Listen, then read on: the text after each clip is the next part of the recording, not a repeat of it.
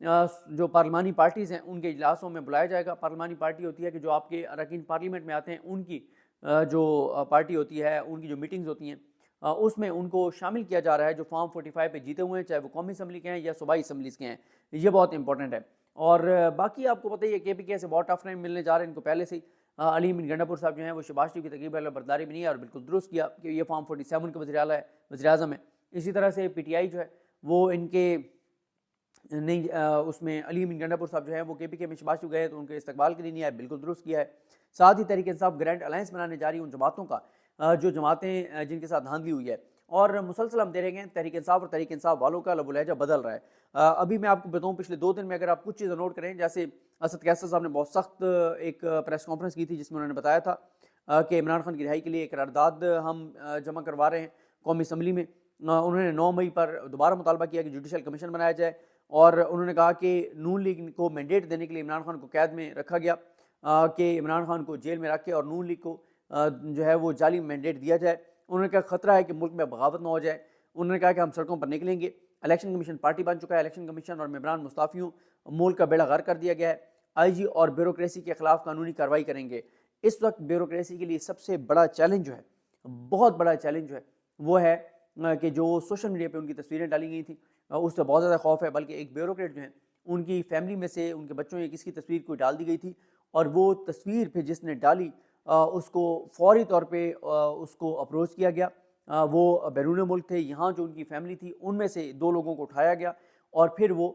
تصویریں جو ہیں وہ ڈیلیٹ کروائی گئیں, کیونکہ بیوروکریٹس جو ہیں وہ اس وقت بہت سینسٹیو ہوئے ہیں. اور جب ایک بیوروکریٹ کی فیملی, اس کے اصل میں تو اس کے 2 بچے بڑے تھے, یعنی ان کے 2 بیٹے تھے, وہ بیرون ملک پڑھ رہے تھے, تو ان کی تصویریں ڈال دی گئیں اور سوال یہ کیا گیا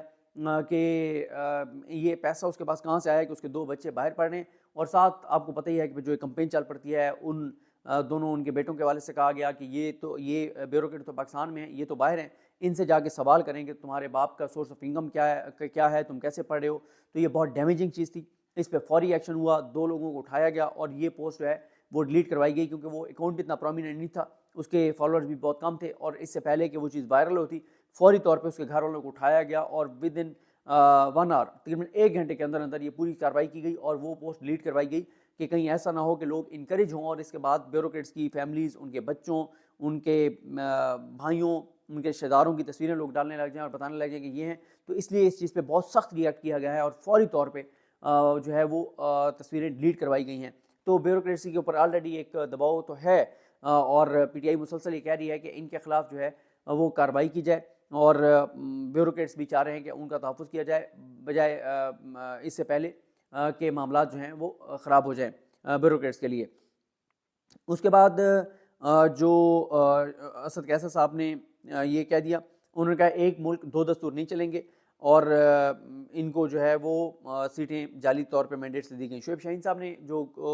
پرسوں گفتگو کی, وہ اس لیے آپ کو بتا رہا ہوں نا کہ آپ اس سے ذرا ٹون کا اندازہ کریں کہ PTI والوں کا لب و لہجہ کس طرف جا رہا ہے, اگریسو ہو رہے ہیں. شعیب شاہین صاحب نے کہا کہ پہلے ناجائز بچے پیدا ہوتے تھے, اب ناجائز MNAs اور MPs پیدا کیے گئے ہیں. ان کی شکلیں بتا رہی ہیں کہ یہ ناجائز ہیں. خانہ کعبہ میں یہ قسم بھی کھائیں تو لوگ اعتبار نہیں کریں گے. پرامن انقلاب کا راستہ روکیں گے تو خونی انقلاب آئے گا. علیمہ خان صاحبہ نے کہا کہ چوروں, ڈاکوں, لٹیروں سے بات نہیں ہوگی. ٹروتھ اینڈ ریکنسیلیشن کی جو بات ہے اس کا مطلب یہ نہیں ہے کہ چوروں سے بات کی جائے, جنہوں نے مینڈیٹ چوری کیا ان سے بات کی جائے. اور انہوں نے پھر بتایا کہ 1 سال سے نمل میں تعمیرات ہونا تھی جو روک دی گئی ہیں. 2000 بچوں کا داخلہ ان تعمیرات کے بعد ہو سکتا تھا, اب صرف 200 بچوں کی اکاموڈیشن ہے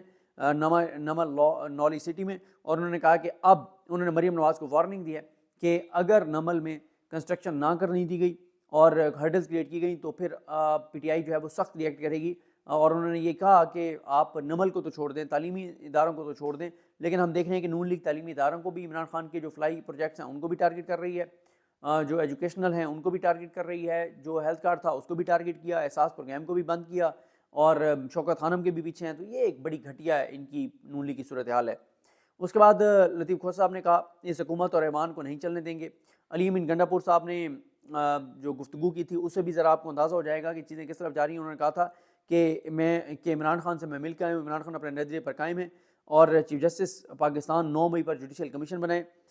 تحریک انصاف کی خواتین اور ورکر پر ظلم ہوا ہے, اور جنہوں نے ظلم کیا ہے ان کے خلاف کارروائی کی جائے. PTI کے ورکرز اور قوم کو پیغام دینا چاہتا ہوں کہ عمران خان آپ کے بچوں کی جنگ لڑ رہا ہے, مرکز میں مینڈیٹ چوری، آئین سے جو ہے وہ غداری کے بعد جو مینڈیٹ لے کر جن کو مینڈیٹ دیا گیا ہے وہ اقتدار میں آئے ہیں، تو اگر میں شہباز شریف کے حلف میں جاتا تو اپنے حلف سے میں غداری کرتا اور اس کی میں خلاف کام کرتا اپنے حلف کے، کہ میں ایک ایسے شخص کے حلف میں گیا ہوں جو آئین قانون قاعدے ضابطے کے مطابق نہیں جیتا، جو فارم 45 پہ نہیں جیتا اور اس کا مینڈیٹ جعلی ہے۔ انہوں نے کہا کہ میں عمران خان کا وزیر اعلیٰ ہوں، 8.5 لاکھ لوگوں کو 10-10 ہزار ماہانہ دیں گے، ہر بازار سستا بازار ہوگا، پشاور میں اتوار کو تاریخی احتجاج ہوگا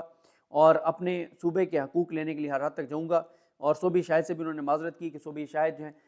وہ جو کچھ کر رہی تھی، وہ جو پی ایم ایل این کی خاتون رکن ہیں، لیکن پھر بھی ہمیں نہیں کرنا چاہیے تھا، تو انہوں نے کہا کہ وہ ہماری بہن ہے، میں ان سے معذرت کرتا ہوں، اور ان کا اسٹیبلشمنٹ سے بات چیت کا فیصلہ عمران خان خود کریں گے۔ شہرت المروت صاحب نے کہا کہ پی ٹی آئی کو اگر پی ٹی آئی کا چھینا گیا مینڈیٹ واپس کر دیں تو تسہیلات زر کے لیے ہم پاکستان کی اکانومی کو سنبھال سکتے ہیں، اوورسیز پاکستانیوں کو عمران خان کہیں گے وہ بینکنگ چینل سے پیسہ بھیجیں گے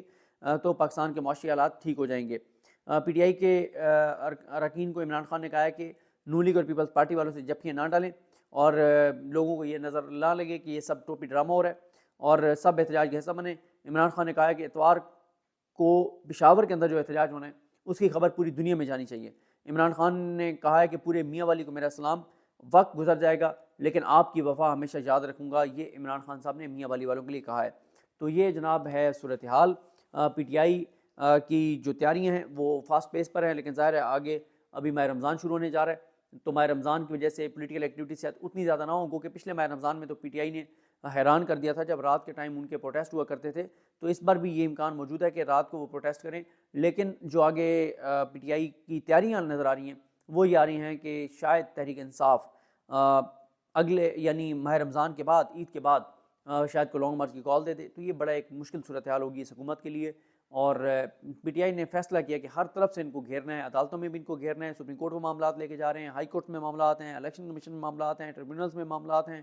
ایوان کے اندر احتجاج ہے، باہر احتجاج ہے، سڑکوں پر احتجاج ہے، احتجاجی تحریک ہے، میڈیا پہ جو تھوڑا سا ایک ہے وہ دباؤ ہے، سوشل میڈیا کا دباؤ ہے، انٹرنیشنل میڈیا کا دباؤ ہے، باہر وہ پروٹیسٹ شروع کرنے جا رہے ہیں، تو چین سے نہیں بیٹھنے دیں گے اس حکومت کو جو فارم 47 کی حکومت ہے، فارم 45 کی حکومت نہیں ہے۔ مجھے اپنی دعا میں یاد رکھیں۔ اللہ کریم ہم سب کا حامی ناصر۔ اللہ حافظ۔